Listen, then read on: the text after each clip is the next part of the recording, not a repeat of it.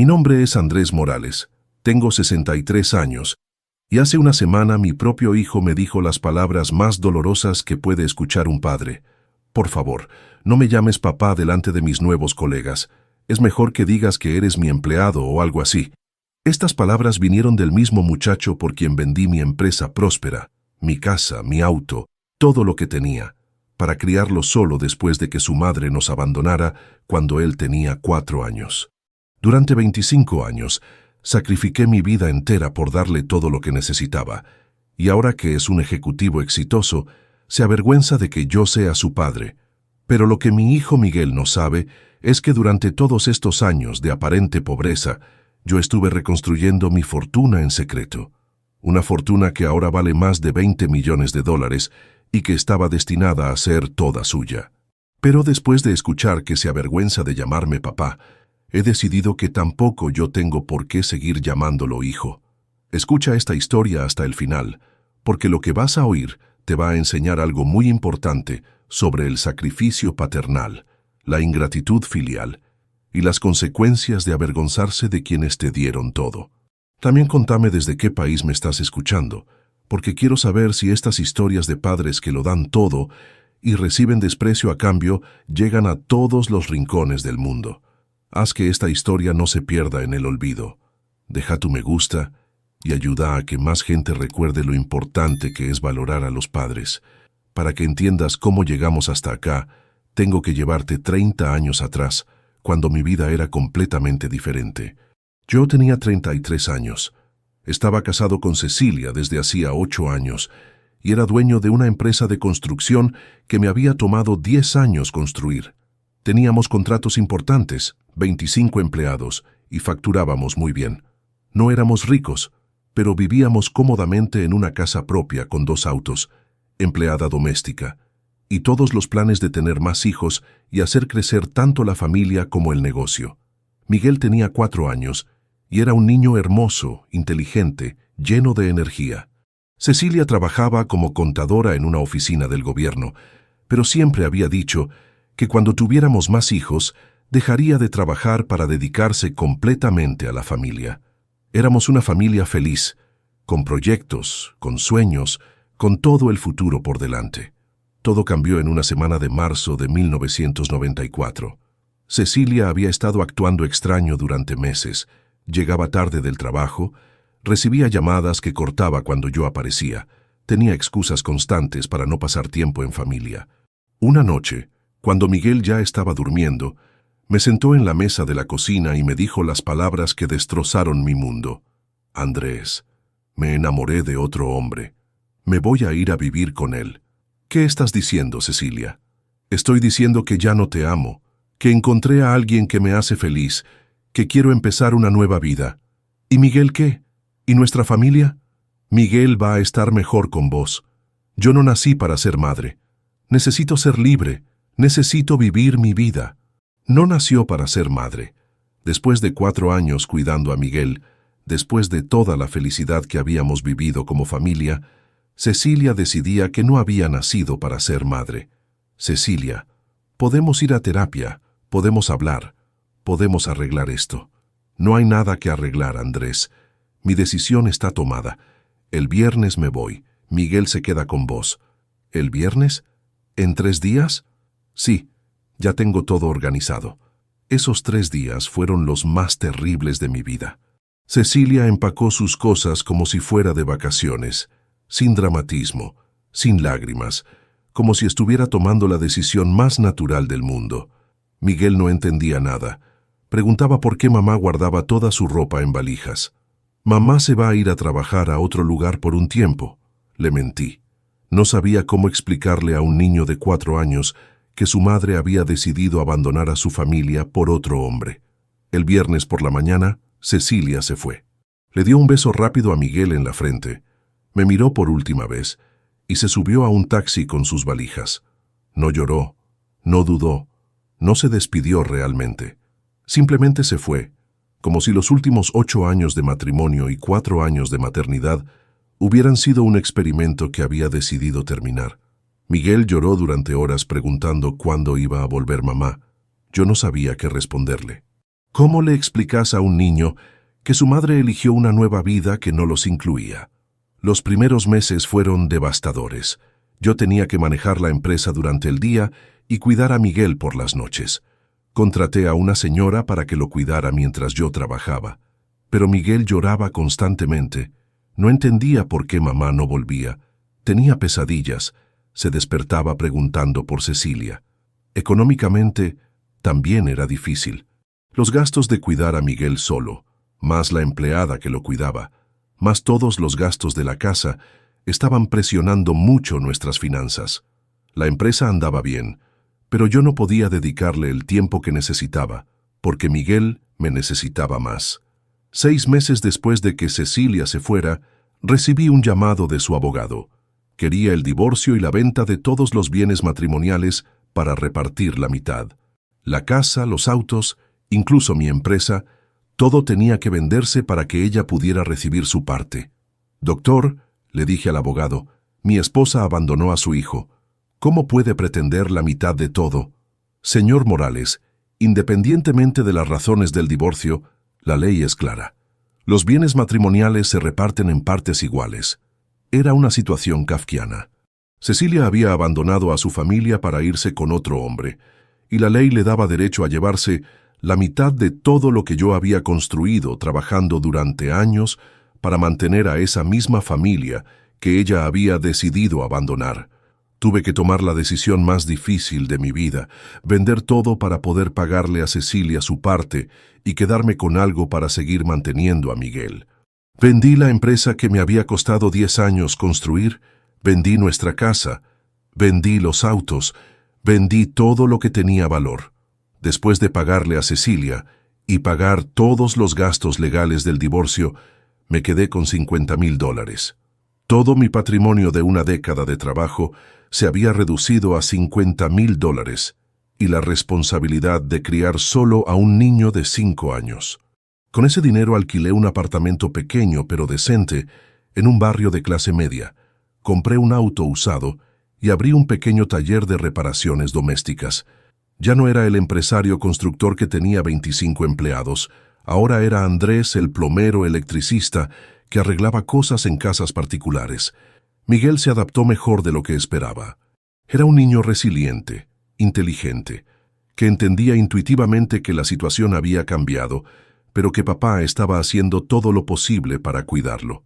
«Papá», me decía cuando tenía 6 años, «¿mamá va a volver algún día?» «No sé, mi amor, pero mientras tanto vos y yo vamos a estar bien juntos». Los primeros años en el apartamento fueron de mucha lucha, pero también de mucha felicidad. Miguel y yo desarrollamos una relación increíble. Él me ayudaba en el taller durante las tardes, aprendió a usar herramientas, me acompañaba a trabajar los fines de semana. Éramos un equipo, una sociedad, 2 hombres cuidándose mutuamente. «Papá», me decía Miguel cuando tenía 8 años, «cuando sea grande, voy a trabajar con vos en el taller. Vos vas a estudiar para ser algo mejor que yo, mi amor. Vas a ir a la universidad, vas a ser profesional, vas a tener una vida mejor de la que yo te puedo dar». Pero para que Miguel pudiera tener esa vida mejor, yo tenía que trabajar como nunca había trabajado. Durante el día hacía reparaciones domésticas, por las tardes daba clases de construcción en un instituto técnico y los fines de semana trabajaba en obras pequeñas.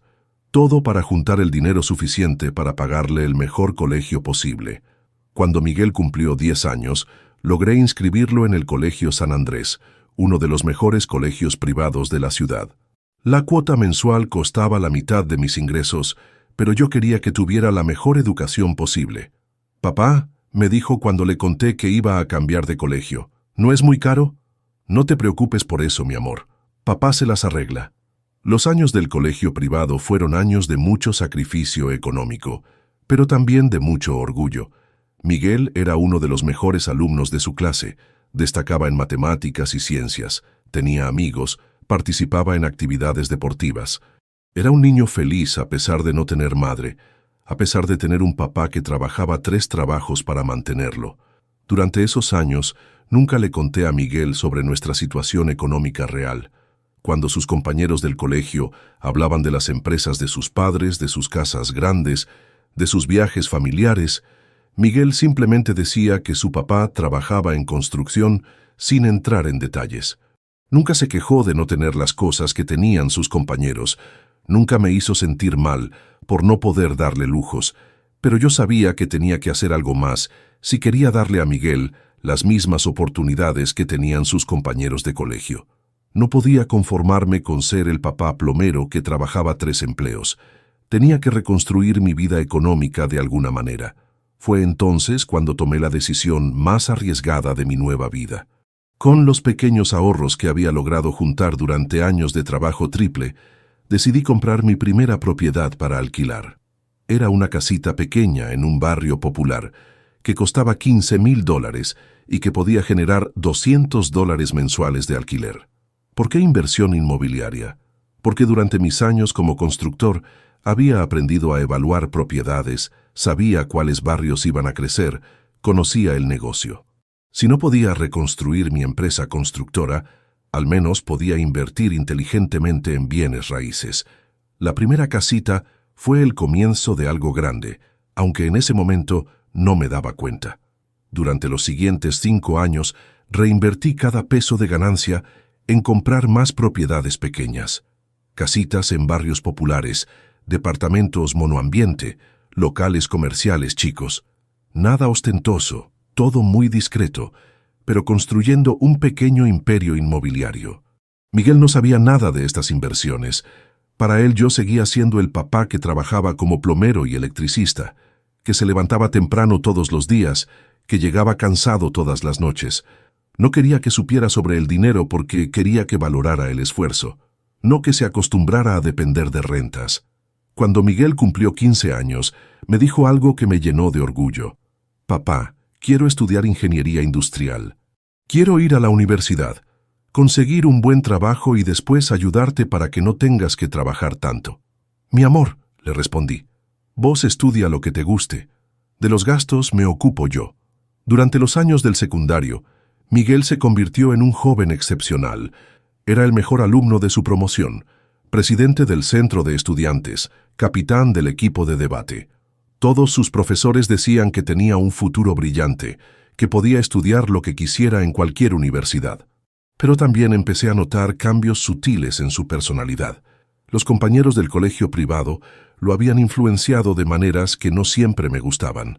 Había desarrollado gustos caros, opiniones sobre marcas, preferencias por cosas que nosotros no podíamos permitirnos. «Papá», me dijo cuando tenía 16 años, «¿por qué no nos compramos un auto mejor? Todos mis amigos se avergüenzan cuando vienen a buscarme en tu auto. Miguel, ese auto funciona perfectamente. Nos lleva a todos lados». «Sí, pero es un auto de pobre, papá. La gente nos mira raro. Auto de pobre». Mi hijo había desarrollado complejos de clase social que yo nunca había tenido. Había empezado a medir el valor de las cosas por su precio, no por su utilidad. «Miguel», le dije, «un auto es un medio de transporte, no un símbolo de estatus. Lo importante es que funcione bien y que nos lleve seguros». «Papá, vos no entendés cómo son las cosas ahora. Los chicos del colegio juzgan mucho por esas cosas». Era verdad que los chicos del colegio privado venían de familias con mucho dinero y que Miguel se sentía inferior por nuestro nivel económico aparente. Pero también era verdad que él no sabía que yo tenía un patrimonio inmobiliario que crecía cada año. Para cuando Miguel se graduó del secundario en 2009, yo ya tenía 15 propiedades en alquiler que me generaban ingresos pasivos significativos. Pero seguía viviendo en el mismo apartamento, manejando el mismo auto, trabajando en el mismo taller. No quería cambiar nuestro estilo de vida hasta estar seguro de que las inversiones eran sostenibles a largo plazo. Miguel fue aceptado en la Universidad Nacional de Ingeniería con una beca parcial por mérito académico. Era una de las mejores universidades del país, y él había conseguido entrar por sus propios méritos. Estaba orgullosísimo de mi hijo, pero la beca cubría solo el 60% de los gastos. El resto tenía que pagarlo yo. Matrícula, libros, transporte, comida. Para un estudiante de ingeniería los gastos eran altos. Decidí vender 2 de mis propiedades para tener el capital líquido necesario para sus 5 años de universidad. «Papá», me dijo Miguel cuando empezó la universidad, «sé que es mucho dinero, Puedo trabajar medio tiempo para ayudar. No, mi amor. Vos concéntrate en estudiar. Yo me hago cargo de todos los gastos. Durante los años universitarios, Miguel siguió destacándose académicamente. Era uno de los mejores estudiantes de su promoción. Participaba en proyectos de investigación, hacía pasantías en empresas importantes. También empezó a desarrollar una red social de clase alta, amigos cuyos padres eran empresarios, médicos, abogados exitosos. Papá, me dijo cuando estaba en tercer año, mis amigos siempre preguntan a qué se dedica mi padre. ¿Qué les digo? Deciles la verdad, que soy trabajador independiente, que hago reparaciones domésticas. Pero no podés decir algo que suene mejor, como que eres contratista o algo así. Algo que suene mejor. Mi hijo se estaba avergonzando de mi trabajo, del trabajo honesto que había pagado su educación, su comida, su ropa durante 20 años. Miguel, no hay nada de qué avergonzarse en el trabajo honesto. Yo arreglo las casas de la gente, resuelvo sus problemas, les doy un servicio útil. Sí, papá, pero mis amigos no lo van a entender. Ellos vienen de familias diferentes. Familias diferentes. Como si nosotros fuéramos una familia inferior, por no tener una empresa grande o un título universitario colgado en la pared. Durante el último año de universidad, las cosas empeoraron. Miguel había conseguido una pasantía en una empresa multinacional y sus compañeros de trabajo eran todos de familias acomodadas. Empezó a sentirse cada vez más incómodo con nuestro nivel socioeconómico aparente. Papá, me dijo unos meses antes de graduarse, cuando me gradúe y consiga trabajo, lo primero que voy a hacer es mudarte a una casa mejor, comprarte un auto nuevo. No quiero que sigas viviendo como vives. Como vivo. Como si la manera en que vivíamos fuera indigna, como si fuera algo de lo que había que avergonzarse. No entendía que yo había elegido vivir de manera austera para poder invertir todo el dinero extra en propiedades que algún día serían su herencia. Cuando Miguel se graduó en 2014, yo ya tenía 25 propiedades en alquiler y un patrimonio neto de más de $5 millones, pero seguía viviendo en el mismo apartamento, manejando el mismo auto, trabajando en el mismo taller. Había mantenido el mismo estilo de vida durante 20 años para poder construir una fortuna en secreto. Miguel consiguió trabajo inmediatamente en la misma empresa multinacional donde había hecho la pasantía. Su sueldo inicial era excelente, mucho mayor al promedio nacional. Estaba orgullosísimo de que mi hijo fuera un ingeniero exitoso en una empresa importante. Los primeros meses después de la graduación, Miguel siguió viviendo conmigo en el apartamento, pero ya no era el mismo muchacho agradecido que había sido durante años. Ahora era un joven profesional con sueldos altos y aspiraciones sociales que chocaban con nuestro estilo de vida modesto. «Pap», me dijo 3 meses después de empezar a trabajar, «tengo que mudarme a un apartamento cerca de la oficina. Necesito mi independencia. Además, muchos de mis compañeros de trabajo viven en esa zona. Por supuesto, mi amor, es natural que quieras independizarte». Le ayudé a mudarse a un apartamento moderno en el mejor barrio de la ciudad. El alquiler costaba 3 veces lo que pagábamos por nuestro apartamento, pero Miguel podía pagarlo con su nuevo sueldo. Era evidente que quería vivir de acuerdo a su nuevo estatus profesional. Después de que se mudó, nuestras visitas se espaciaron mucho. Miguel venía a verme una vez por semana, siempre con prisa, siempre con compromisos posteriores. Las conversaciones se volvieron más superficiales, menos íntimas. Era como si tuviéramos menos cosas en común, ahora que él era un profesional exitoso. «¿Cómo te va en el trabajo?», le preguntaba durante sus visitas breves. «Muy bien, papá. Tengo muchos proyectos, muchas responsabilidades. ¿Y los compañeros de trabajo? Son gente muy preparada, muy ambiciosa. Todos vienen de familias de profesionales, familias de profesionales». Otra vez la comparación implícita con nuestra familia, donde el padre era solo un trabajador manual. Durante los siguientes años, Miguel siguió creciendo profesionalmente. Lo ascendieron a supervisor, después a gerente, después a director de área. Su sueldo creció exponencialmente y con él su estilo de vida. Se compró un auto importado, se mudó a un apartamento más grande, empezó a viajar al extranjero por trabajo. Mientras tanto, Mi patrimonio inmobiliario siguió creciendo. Había empezado a comprar propiedades más grandes, edificios de apartamentos, locales comerciales en zonas centrales, terrenos en áreas de desarrollo. Para 2018 tenía un patrimonio de más de 10 millones de dólares, pero seguía viviendo de la misma manera, trabajando en el mismo taller, manejando el mismo auto viejo, no porque no pudiera permitirme un estilo de vida mejor, sino porque había decidido vivir de manera austera hasta que llegara el momento de revelar mi verdadera situación económica. ¿Cuándo iba a llegar ese momento? Había pensado que sería cuando Miguel se casara, cuando tuviera hijos, cuando necesitara ayuda para comprar una casa o empezar una familia. Quería sorprenderlo con la noticia de que su padre, pobre, era en realidad millonario. En 2019, Miguel conoció a Andrea, una psicóloga que trabajaba en recursos humanos de una empresa de consultoría. Era una mujer educada, de buena familia, con aspiraciones similares a las de Miguel. Se pusieron de novios y al año decidieron vivir juntos. «Papá», me dijo Miguel cuando me presentó a Andrea, «ella es muy importante para mí. Espero que se lleven bien». Andrea fue muy amable conmigo durante nuestros primeros encuentros, pero era evidente que me veía como el padre obrero de su novio exitoso. Me trataba con cortesía educada pero distante. Durante las reuniones familiares, Andrea hacía preguntas corteses sobre mi trabajo, pero después se notaba que cambiaba de tema rápidamente cuando yo empezaba a contar detalles.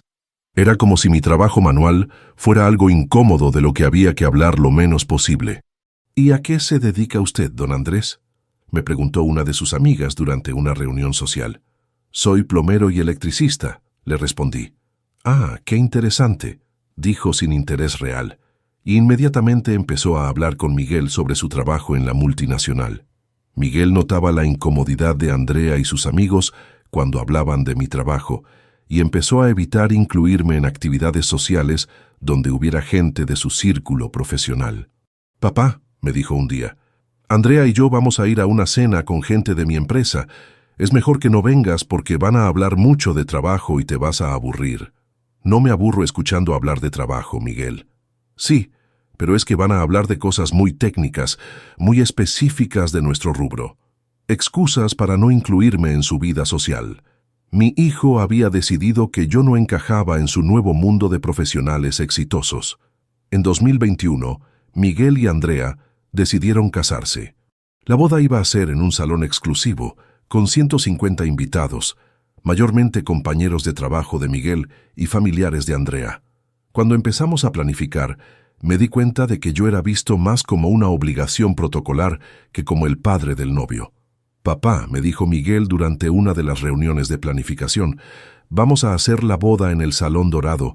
Es un lugar muy elegante, va a venir gente muy importante». «Me alegro, mi amor. Quiero que tengas la boda de tus sueños. El tema es que va a ser una celebración muy formal, muy elegante. ¿Vos tenés un traje apropiado?» «Tengo el traje que uso para ocasiones especiales». «Papá, tal vez sería bueno que te compres un traje nuevo, algo más moderno, más adecuado para el nivel del evento». «Más adecuado para el nivel del evento». Como si mi traje, aunque fuera viejo, fuera una vergüenza que podía arruinar su boda elegante. Le compré un traje nuevo, caro, del tipo que usaba la gente en las bodas elegantes. Quería que Miguel se sintiera orgulloso de su padre durante el día más importante de su vida, pero durante toda la boda me sentí como un actor interpretando un papel que no me correspondía. Los amigos de Miguel me presentaban como el padre de Miguel, pero de una manera que sonaba más a disculpa que a orgullo. Durante los discursos, Miguel habló de su educación, de sus logros profesionales, de su futuro con Andrea, pero apenas mencionó los sacrificios que yo había hecho para que llegara hasta ahí. «Quiero agradecer a todas las personas que me ayudaron a llegar hasta acá», dijo Miguel en su discurso, «a mis profesores, a mis jefes, a mis amigos que siempre creyeron en mí, y por supuesto a mi padre, que hizo lo que pudo para darme una buena educación. Hizo lo que pudo. Como si mi esfuerzo hubiera sido insuficiente, como si hubiera hecho el mínimo indispensable en lugar de haber vendido todo lo que tenía para darle la mejor vida posible». Después de la luna de miel, Miguel y Andrea Se instalaron en un apartamento aún más grande y elegante. Sus visitas a mi apartamento se redujeron a una vez cada 2 semanas, siempre breves, siempre con prisa por irse a sus compromisos sociales. Durante esos años, mi patrimonio había seguido creciendo exponencialmente. Para 2022 tenía más de 15 millones de dólares en propiedades y había empezado a diversificar en acciones y bonos. Pero seguía viviendo en el mismo apartamento modesto, trabajando en el mismo taller, esperando el momento adecuado para revelar mi verdadera situación. Ese momento llegó la semana pasada, pero no de la manera que había planeado. Miguel me llamó para invitarme a una cena de fin de año de su empresa. «Papá, mi jefe quiere conocerte. Va a ser una cena muy importante. Va a venir toda la gerencia de la empresa». Era la primera vez en años que Miguel me invitaba a un evento social relacionado con su trabajo. Pensé que finalmente había decidido incluirme en su vida profesional, que había superado la vergüenza de tener un padre trabajador manual. Me puse mi mejor traje, me arreglé lo mejor que pude y llegué al restaurante elegante donde era la cena. Miguel me estaba esperando en la entrada, pero se veía nervioso, incómodo. «Papá», me dijo antes de entrar, «quiero pedirte un favor muy importante». «¿Qué favor?» «Por favor, no me llames papá delante de mis colegas. Es mejor que digas que eres mi empleado o algo así. Es que ellos no saben que mi padre es, bueno, que trabaja en lo que vos trabajás. No me llames papá. Mi propio hijo, el muchacho por quien había vendido todo lo que tenía, por quien había trabajado 3 empleos durante años, por quien había sacrificado mi vida entera, me estaba pidiendo que fingiera no ser su padre». «¿Qué estás diciendo, Miguel?» «Papá, enténdeme. Mi jefe es muy clasista, muy conservador. Si sabe que mi padre es plomero, puede afectar mi carrera en la empresa. Tu carrera vale más que el honor de tu padre. No es eso, papá. Es solo por una noche, solo para esta cena. Después todo vuelve a la normalidad». «¿Normalidad? Miguel, ¿cuál es la normalidad? ¿Que te avergüences de mí?» Se quedó callado, claramente incómodo, pero decidido a mantener su posición. «Papá, vos no entendés cómo funcionan estas cosas en el mundo corporativo. La imagen es muy importante».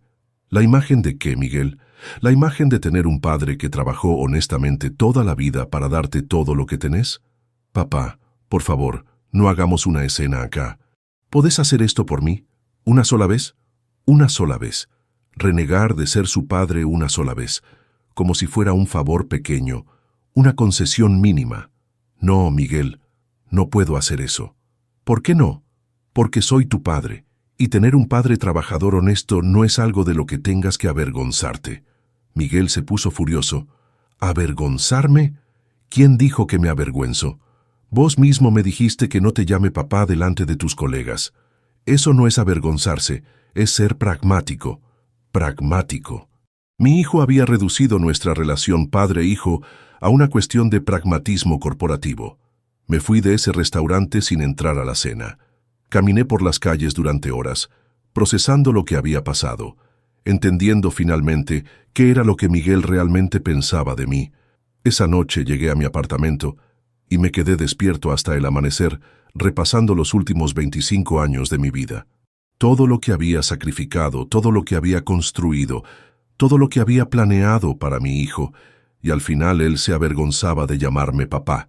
Al día siguiente tomé la decisión más importante de mi vida. Llamé a mi abogado y le pedí que cambiara completamente mi testamento.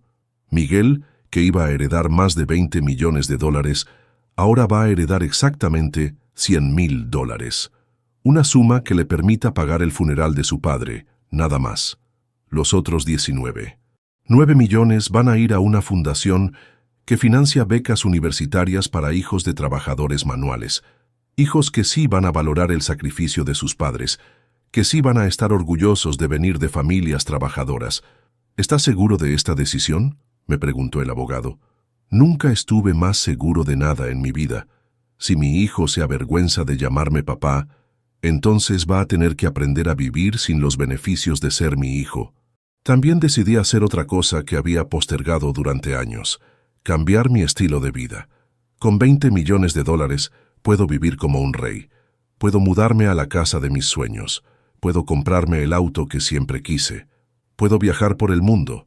Puedo darme todos los lujos que me negué durante décadas. Ayer compré una mansión en el barrio más exclusivo de la ciudad.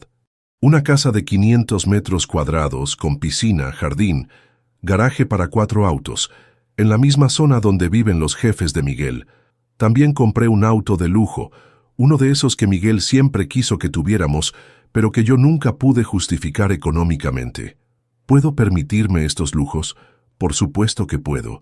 Tengo más dinero del que Miguel imagina en sus sueños más ambiciosos. Tengo más riqueza que la mayoría de sus jefes en la empresa multinacional. Tengo un patrimonio que me convertiría en una de las personas más acaudaladas de la ciudad si la gente supiera la verdad. Pero durante 25 años mantuve un perfil bajo, viví de manera austera, me sacrifiqué constantemente, todo para poder darle a Miguel la mejor herencia posible. Todo para poder sorprenderlo algún día con la noticia de que su padre, pobre, había construido una fortuna que le cambiaría la vida para siempre. Ahora, esa sorpresa va a ser muy diferente. Miguel va a descubrir que el padre del que se avergonzaba era millonario, pero va a ser demasiado tarde. Va a entender que el hombre al que no quería llamar papá delante de sus colegas tenía más dinero que todos esos colegas juntos. Esta mañana contraté un servicio de mudanza de lujo para trasladar mis pocas pertenencias del apartamento modesto a la mansión nueva. También contraté un diseñador de interiores para que decore la casa según mis gustos, sin escatimar en gastos. ¿Miguel sabe algo de estos cambios? No todavía, pero se va a enterar muy pronto, porque también contraté un servicio de relaciones públicas para que maneje la cobertura mediática de mi nueva vida. Quiero que toda la ciudad sepa que Andrés Morales, el humilde plomero, es en realidad uno de los hombres más ricos de la región. ¿Por qué tanta publicidad? Porque quiero que los colegas de Miguel se enteren de quién es realmente el hombre del que él se avergonzaba. Quiero que su jefe, ese hombre clasista y conservador, sepa que rechazó la oportunidad de conocer a un millonario porque su empleado se avergonzaba de presentar a su padre. La semana que viene van a empezar a salir los artículos en los diarios locales. El millonario secreto. Como un plomero construyó un imperio inmobiliario de 20 millones de dólares. Van a contar toda mi historia. Cómo vendí mi empresa para criar solo a mi hijo.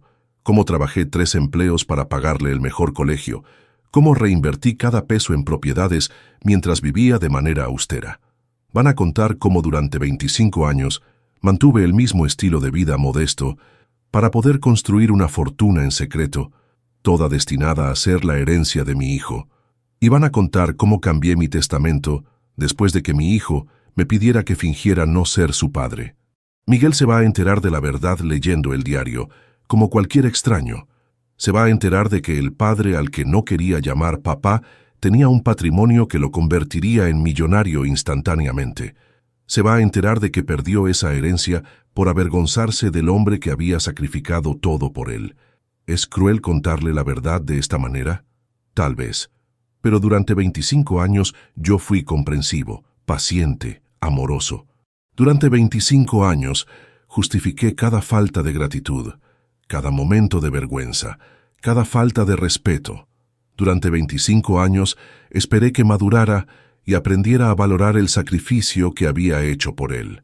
Pero cuando alguien te pide que finjas no ser su padre, cuando alguien se avergüenza del trabajo honesto que pagó su educación, cuando alguien considera que su carrera corporativa vale más que el honor de su familia, ya no hay más paciencia que tener. Esta tarde me mudé a mi mansión nueva. Es hermosa, elegante, con todos los lujos que siempre había soñado, pero que nunca me había permitido. Tiene una biblioteca enorme donde voy a leer todos los libros que no tuve tiempo de leer mientras trabajaba 3 empleos. Tiene un estudio donde voy a manejar mis inversiones, como el empresario que siempre fui. Tiene una piscina donde voy a nadar todas las mañanas, algo que siempre quise hacer, pero que no podía porque tenía que levantarme temprano para trabajar. Tiene un jardín enorme donde voy a aprender jardinería, algo que siempre me interesó pero que no tenía tiempo de hacer.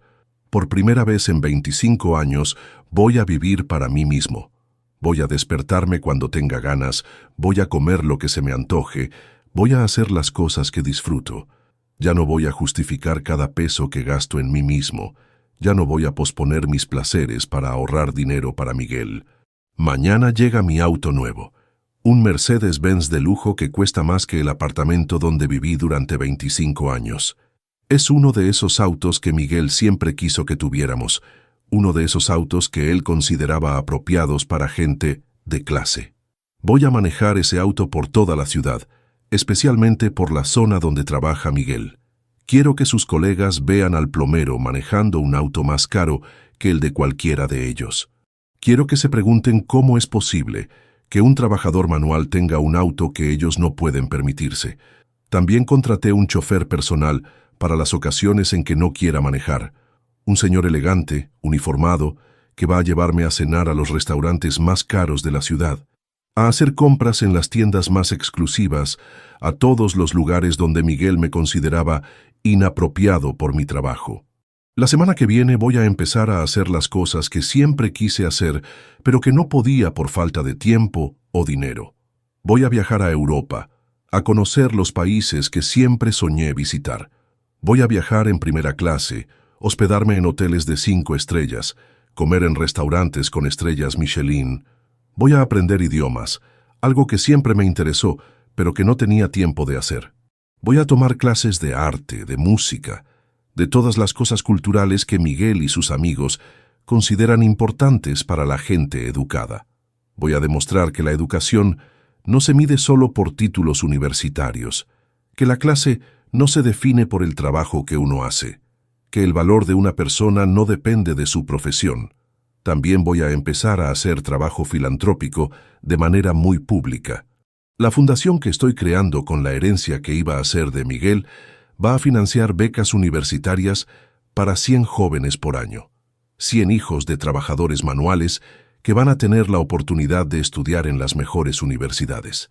Esos jóvenes van a saber que su educación está siendo pagada por un hombre que vendió todo lo que tenía para educar a su propio hijo. Un hombre que trabajó 3 empleos durante años para darle las mejores oportunidades. Van a saber que viene de una familia trabajadora no es algo de lo que avergonzarse, sino algo de lo que sentirse orgulloso.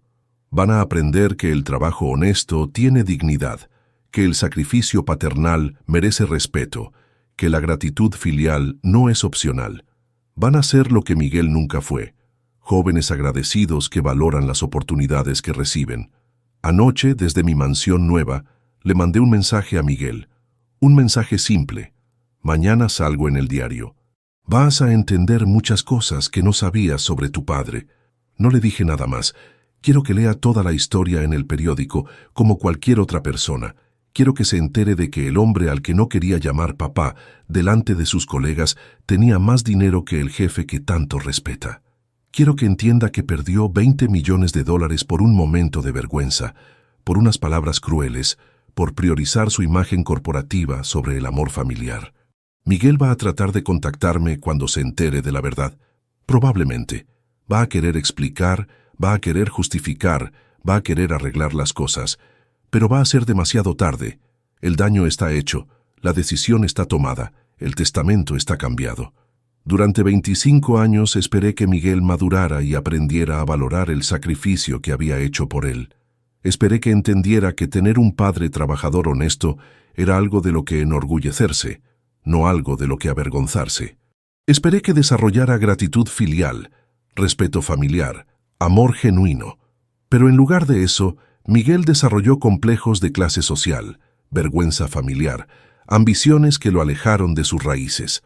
Se convirtió en el tipo de persona que juzga a otros por su trabajo, que mide el valor humano por el estatus profesional, que prioriza la imagen sobre la sustancia.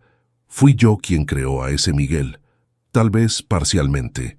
Al mandarlo a un colegio privado donde todos sus compañeros venían de familias acomodadas, al exponerlo a un mundo de privilegios que nosotros no teníamos, tal vez inadvertidamente, le enseñé a sentirse inferior por nuestro origen humilde. Pero también le di valores, principios, ejemplos de trabajo duro y sacrificio.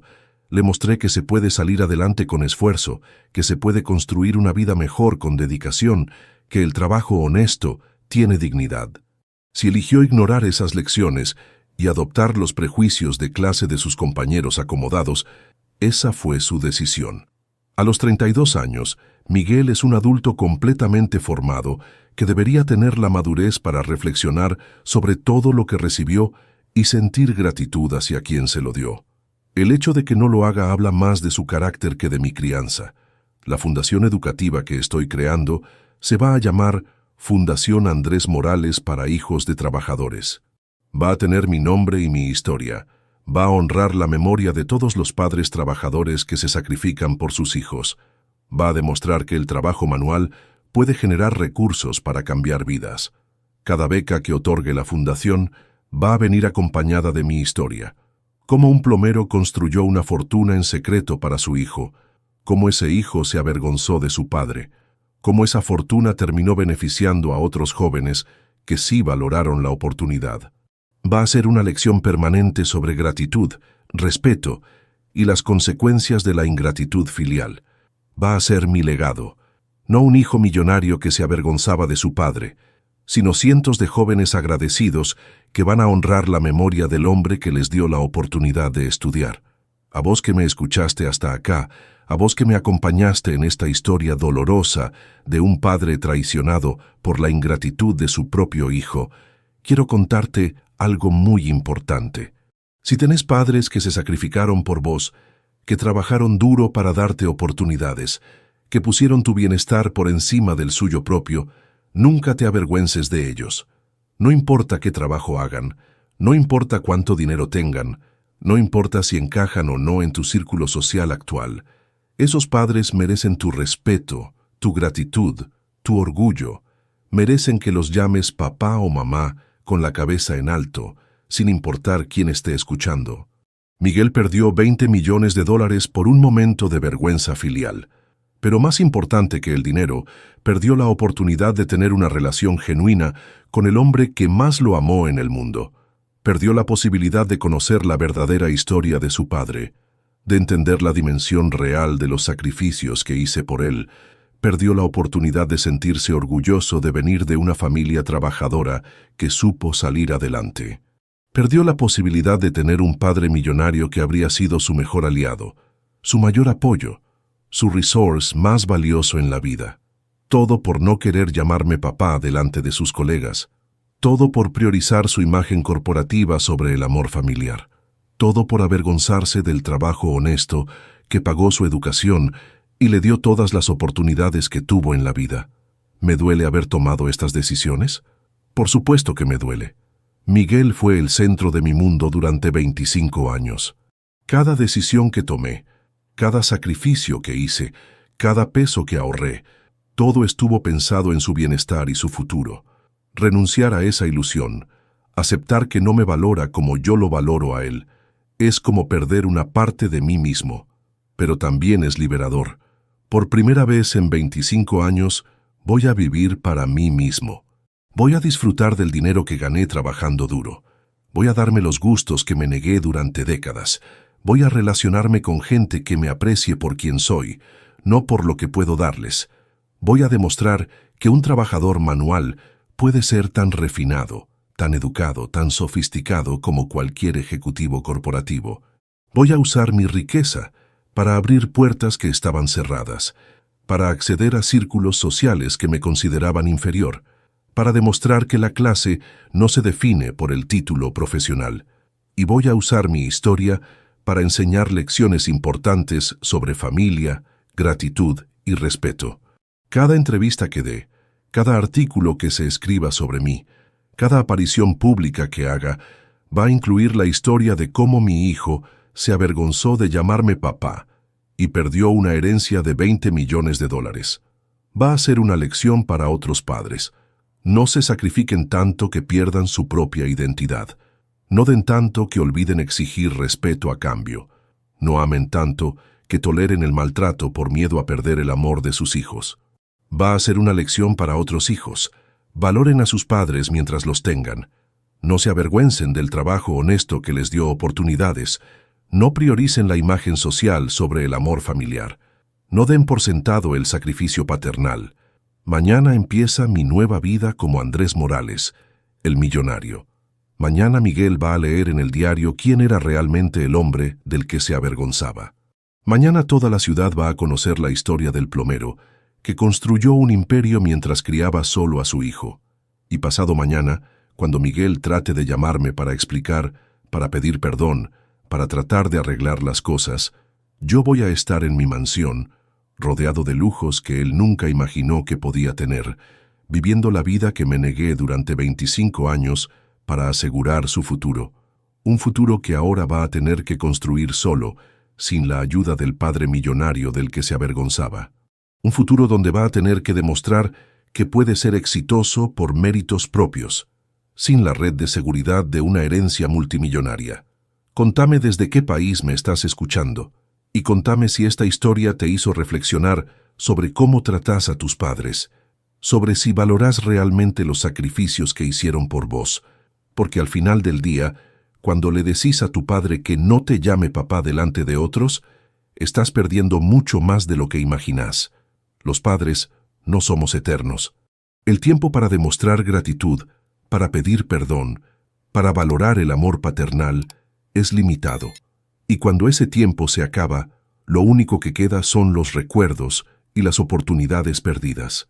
Miguel va a tener que vivir el resto de su vida sabiendo que por un momento de vergüenza, por unas palabras crueles perdió la herencia más grande de su vida. Va a saber que el padre del que se avergonzaba era su única oportunidad de tener seguridad económica generacional. Y yo voy a vivir el resto de mi vida sabiendo que hice lo correcto, que no permití que mi hijo me faltara el respeto, que no toleré que se avergonzara del trabajo honesto que pagó su educación, que mantuve mi dignidad, aunque eso significara perder a mi único hijo para siempre. Porque a veces en la vida hay que elegir entre ser amado y ser respetado. Y cuando tu propio hijo te pide que finjas no ser su padre, cuando se avergüenza de ti delante de extraños, cuando prioriza su imagen sobre tu honor, la única opción digna es elegir el respeto. Incluso si eso significa estar solo, incluso si eso significa romper lazos familiares, incluso si eso significa que tu hijo nunca va a entender lo que perdió hasta que sea demasiado tarde para recuperarlo.